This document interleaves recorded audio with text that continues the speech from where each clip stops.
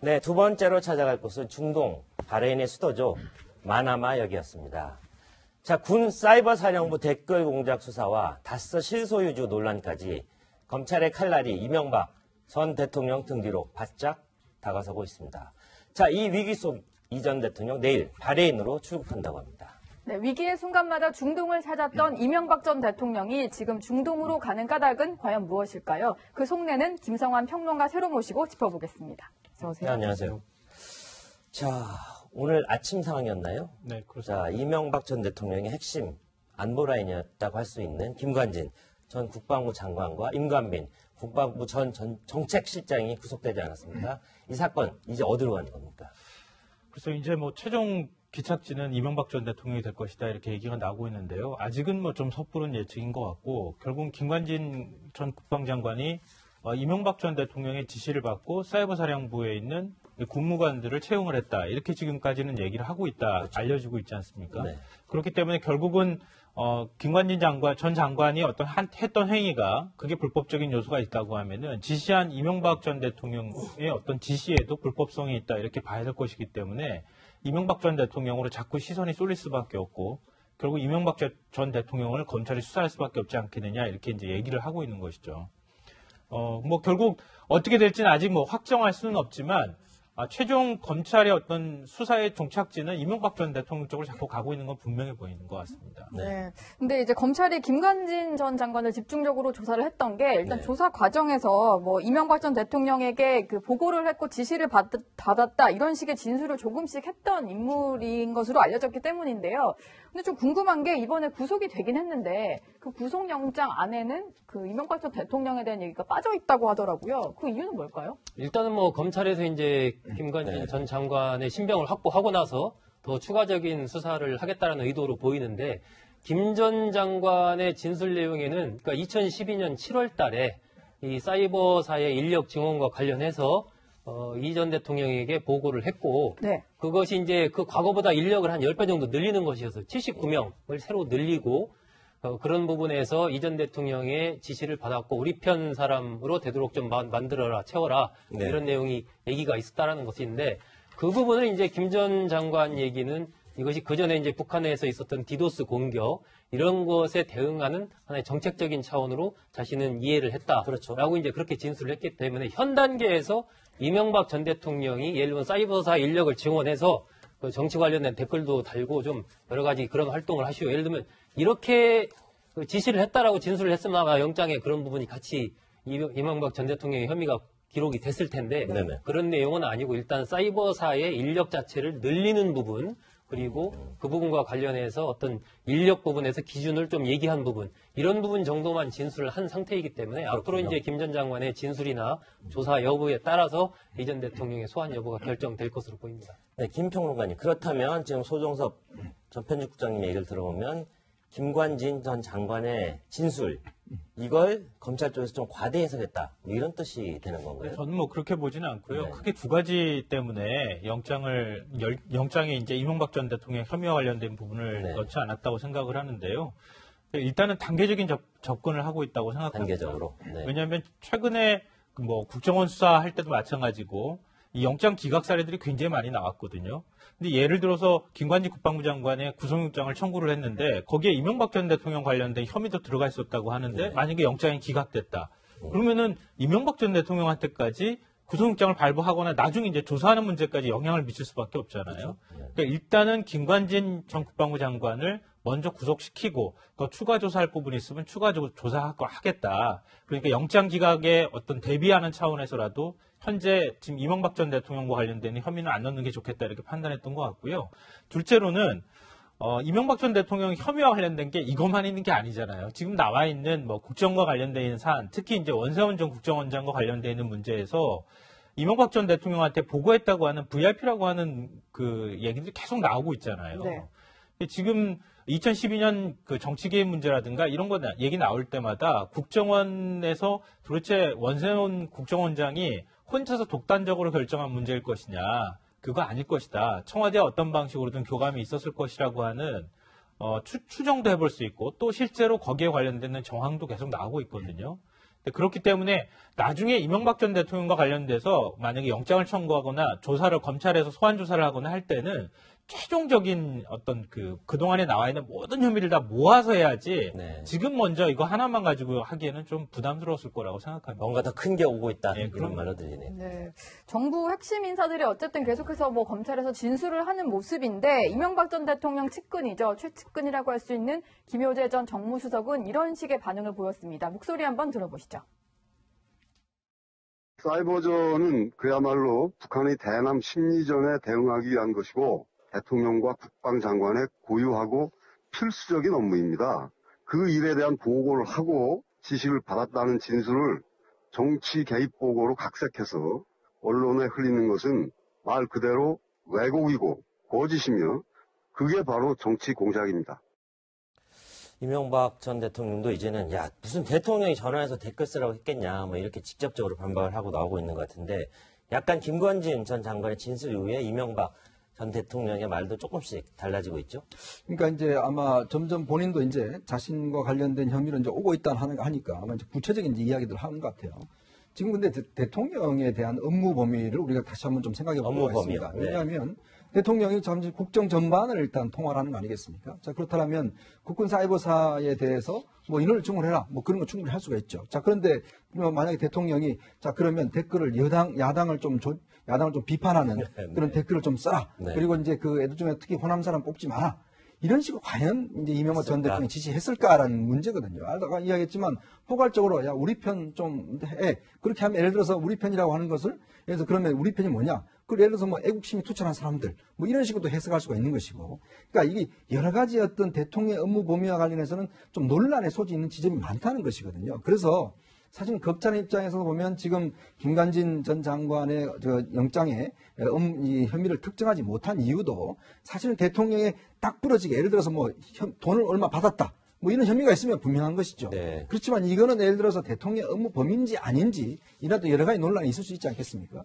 근데 특히 또 이번 사건 같은 경우는 지금 검찰보다는 오히려 여당 쪽에서 더 지금 논란을 불러일으키는 것 같아요. 그렇죠. 여당 의원들이 무슨 예를 들어서 지금 출국 정지해라 뭐 혐의가 있다 계속 추미애 대표를 비롯해서 하니까 사실은 실제적인 것보다는 더 지금 어떤 면에 정치적인 사건으로 비화된 측면이 있단 말이죠. 알겠습니다. 그렇기 때문에 아마 이거는 이명박 전 대통령 입장에서도 이런 거 혐의 가지고 소환하기에는 아직까지는 제가 볼 때는 부족한 게 아닌가라는 그런 항변 같습니다. 네. 이런 상황에서 어제 하루 종일 SNS를 좀 들끓게 했던 소식이 있는데 이명박 전 대통령이 그 해외로 떠난다 이런 얘기가 전해져서 상당히 좀 화제가 됐었거든요. 어떤 얘기인가요? 네, 지난 9월 달에 이제 이명박 전 대통령이 초청장을 하나 받은 거예요. 네. 바레인의 문화부 장관이 보낸 초청장인데 거기서 그 신화는 없다 책 영문판을 읽어보고 감명을 좀 받았다. 그래서 당신 좀 특별한 사람 같다. 그러면서 한번 와서 좀 강연을 해줄 수 있느냐. 뭐 네. 이런 초청장을 받은 거죠. 그래서 그렇군요. 강연을 하기 위해서 바레인의 이동관 전 홍보수석과 유인촌 전 장관과 함께 이제 내일 출국을 하는 내일 12시쯤에 아마 출국을 하는 걸로 그렇게 좀 알려져 있습니다. 네. 이명박 전 수석, 유인촌 전 장관이 같이 가는 거로 되어 있는데 지금 청와대 홈페이지에는 어떤 청원 운동까지 활발하게 이루어지고 있다고 하죠. 그러니까 이명박 전 대통령 시절부터 사실은 뭐 당시에 야당을 뭐 탄압을 했다거나 아니면 국정원의 정치 개입 문제라든가 여러 얘기들이 나왔었거든요. 네. 그러니까 결국은 이제 진보 성향의 어떤 그 현재 여권 지지층이라고 할 수 있는 그 층에서는 이명박 전 대통령한테 대한 어떤 굉장히 안 좋은 기억들이 많이 있습니다. 네. 근데 그런데다가 현재 이전 대통령과 관련되어 있는 혐의와 뭐 아니면 여러 가지 이제 정황들이 나오니까 이전 대통령을 결국은 이제 검찰에서 최종적으로 수사하고 그리고 처벌할 부분이 있으면 처벌하라고 하는 그런 여론들이 자꾸 일어나고 있는 것이죠. 네. 그런데 지금 청와대에서 청원을 하고 있는 게 그 이명박 전 대통령 출국하니까 너무 불안하다라고 하면서 뭐 이제 출국 금지 청원을 하고 있는 겁니다. 그리고 지금 보시는 건 민병두 이제 민주당 의원의 페이스북인데 본인도 너무 이제 불안해서 오늘 오후 5시에 이명박 전 대통령 집 앞에 찾아가겠다 뭐 이런 얘기를 했는데요. 이 위원님이 보시기에 사실 전직 대통령에게 이렇게까지 하는 건 조금 이제 어떻게 보면은 제가 봤을 때는 조금 이렇게 신뢰가 될 수도 있을 것 같긴 한데 전직 대통령인데 굳이 뭐 해외에 나갔다고 해서 망명 신청을 하거나 뭐 해외 도피를 하거나 이럴 가능성이 있을까요? 이거는 과도하죠. 우리나라가 독재 국가입니까? 예를 들어서 뭐 아무 지금 현재 드러날 수 있는 형사적 사건에 관련된 것도 없는 것이고 또 이런 거 없는 상황에서 그냥 전직 대통령을 벌적 출국 금지할 수 있는 나라가 과연 민주적인 국가입니까? 저는 민병두 의원의 이야기를 보면서 굉장히 실망스러운 게 왜냐하면 지금 본인도 사실은 민주주의를 위해서 그렇게 싸운 분 아니겠어요? 네. 자, 그런 분이 지금 상황에서 아무 어떤 법률적인 없는 상황에서 출금지 해라는 것은 이거는 독재국가에서 할 수 있는 요구거든요. 저는 그런 면을 과연 그러면 정권이 바뀌었다고 해서 자신들이 과거 싸웠던 그 민주주의에 대한 가치, 절차 이런 것들을 무시하고 지금 상황에서 MB를 그냥 내보내지 말라 이야기하는 것 자체가 저는 이건 너무 과도한 주장이고 좀 적반하장의 주장 아닌가라는 좀 생각이 듭니다. 네. 근데 이 부분은 생각해 볼 필요가 있을 것 같아요. 박근혜 전 대통령과 관련돼서 그동안에 해외 망명설도 많이 나왔었고 그랬죠. 요즘엔 또 MH그룹이라고 국제 무슨 법률팀이라고 하는 그곳에서 나서가지고 박근혜 전 국제적으로 대통령을 보내고 있죠. 인권 문제를 제기하고 있잖아요. 그때도 계속 나왔던 게 혹시 이거 정치적 망명을 노리는 것 아니냐라고 하는 얘기가 나오고 있는데, 그러니까 과거 이제 적폐청산이라는 이름으로 이명박 전 대통령과 관련되는 문제가 계속 나오는 상황에서 중동과 인연이 많은 이명박 전 대통령이 또 중동 쪽으로 나가니까 이것도 박 전 대통령 때문에라도 뭔가 이렇게 연상작용이 자꾸 생겨나는 것 같아요. 자, 그런 것 중동과의 때문에 인연을 하니까 바로 이 주제를 빠뜨릴 수 없을 것 같습니다. 네. 자, 이명박 전 대통령, 자, 첫 번째 중동행. 오늘날 이명박 전 대통령 만들었던 그런 장면일 것 같은데, 필사의 5.1달러 유치기, 1970년대 얘기인 것 같은데, 소개해 주십시오. 예, 그렇죠. 이제 현대건설이 이제 중동 진출할 때 얘기죠. 정주영 회장이 결국 이제 국내 가지고는 안 된다. 우리가 중동으로 가야 된다라고 해서 해외 진출을 추진을 합니다. 그때 당시 이제 이명박 대통령 현대건설 이제 부사장으로 있을 때인데, 그렇군요. 이 정주영 회장의 동생 정인영 그 당시 이제 현대건설 부회장이 네. 이명박 당시 부사장한테 얘기를 하는 거예요. 지금 중동 나가면 수주하기도 힘들고 죽는다. 이것만은 반드시 막아야 된다라고. 형님을 말려라 이렇게. 네, 했네요. 형님 좀 당신이 말려라라고 굉장히 강하게 얘기를 하는 거죠. 하지만 이제 정주영 회장은 이 살 길이 중동 진출에 있다라고 하고 거기에 대해 계속 추진을 하죠. 그때 이명박 그 부사장이 이제 정주영 회장의 의중을 따라서 중동에 진출하는 걸로 그렇게 이제 결정을 하는 거죠. 그리고 나서 이제 정주영 회장이 정인영 회장은 그룹에서 내보내고 이명박 부사장을 이제 사장으로 승진시키고 네. 그러면서 굉장히 정주영 회장이 이명박 현대건설 사장을 이제 막 총애를 하게 되는 거죠. 그런 과정을 통해서 이제 5.1달러가 유치가 되게 되고 현대건설이 이제 세계적인 건설 회사로 성장을 하게 되는 거죠. 자, 그럼 두 번째 장면으로 한번 서둘러 가볼까요? 자, 두 번째 장면. 대통령의 꿈 두바이 구상. 모름지기 2007년 정도 상황인 것 같은데, 이현정 의원 네. 얘기해 주시겠습니까? 사실 이제 그 중동에 대한 경험이 많은 이제 이명박 전 대통령 입장에서 보면 이 중동 진출을 통해서 사실 국내 여러 가지 좀 산업을 활성화하고 이런 것 아마 본인 이제 머릿속에 상당히 많이 남아있을 거예요. 네네. 특히 이제 2007년도 같은 경우 보면 이 중동 지역 진출 같은 경우에 이제 그 중동의 원전 진출 이런 것들이 상당히 이제 그때 당시에 우리의 어떤 기술을 이용해서 중동에 이제 지금 원전을 진출해야 되지 않습니까? 이제 그러다 보니까 아마 이명박 전 대통령도 이제 이런 두바이 진출을 해서 네네. 당시에 이제 그 원전 진출 우리가 했던 그런 것들을 많이 노력을 했습니다. 이제 그래서 특히 이제 우리가 그런 중동 진출 속에서 특히 원전 유치도 하고 뭐 그런 것도 많이 했지 않습니까? 성과도 있었죠. 그렇죠. 사실 이제 그런 측면 때문에 우리 원전 기술이 세계화되는 상당히 중요한 어떤 계기점이 됐었거든요. 그래서 아마 본인 입장에서 보면 특히 이제 그 자신의 70년대, 80년대 중동 진출의 경험을 실제 대통령이 돼서 많이 어떤 또 중동 쪽으로 한번 하려고 했던 그런 노력들이 이제 나타난 것 같습니다. 네. 2007년은 승부수 저 당시가 이제 뭐 본선 같은 예선이라고 꼽혔었던 한나라당 대선 경선을 앞둔 그 시기인 걸로 기억이 되는데 당시에 두 사람이 얼마나 치열했었는지 영상으로 한번 준비를 해봤습니다. 함께 보시죠. 온갖 꿈에 시달렸습니다. 여러분 이거 다 거짓말하는 걸 아시죠? 여러분 언제부터 한 방에 간다 그러더니 그 한 방에 어디 갔습니까? 허풍입니다, 허풍. 엄청난 검증의 쓰나미가 몰아닥칠 것입니다. 쓰나미가 몰아치면 아무리 깊이 감춰둔 것도 다 드러납니다. 그때 가서 또 땅을 치고 후회해야 하겠습니까? 네, 저게 뭐 보통 본선 같은 그런 예선이었는데 그게 불과 4개월 전에 했는데 4개월 전이면 안에서 표를 다져야 될 텐데 왜 중동으로 가버렸죠? 굉장히 이게 흥미로운 부분인데요. 네. 이미 이명박 전 대통령이 대선 경선에 뛰어든다고 하는 게 기정사실화되고 있었던 시점이었거든요. 네. 근데 하필 본인이 가장 잘 알고 있는 중동에 가서 이른바 이제 두바이에서 두바이 구상을 하는 거예요. 네. 그러니까 두바이가 뭐 이른바 이제 얘기할 때 이 아주 조그마한 어촌 마을에서 5.1달러가 들어오고 난 다음에 그걸 가지고 세계적인 관광 중심지가 되고 그러니까 사막 위의 일종의 기적을 일궜다고 하는 그런 평가를 받고 있던 시절이었거든요. 근데 그런 어떤 성공 신화 같은 걸 이전 대통령이 갖고 오고 싶어 했고 그걸 국민들한테 알리고 싶어 했던 거죠. 그러니까 당시에 이명박 전 대통령하고 박근혜 전 대통령 두 명이서 이제 그 한나라당 경선을 벌였는데 그렇죠. 그때 박근혜 캠프에서는 이전 대통령 이명박 당시 후보한테 일종의 도덕성 문제라든가 어떤 이런 것들 굉장히 많이 공격을 했는데 네. 이전 대통령은 경제 대통령이라고 하는 이미지를 만들기 시작했던 거예요. 그게 사실은 대선에 있어서 당선에 결정적인 역할을 했다고 보는데요.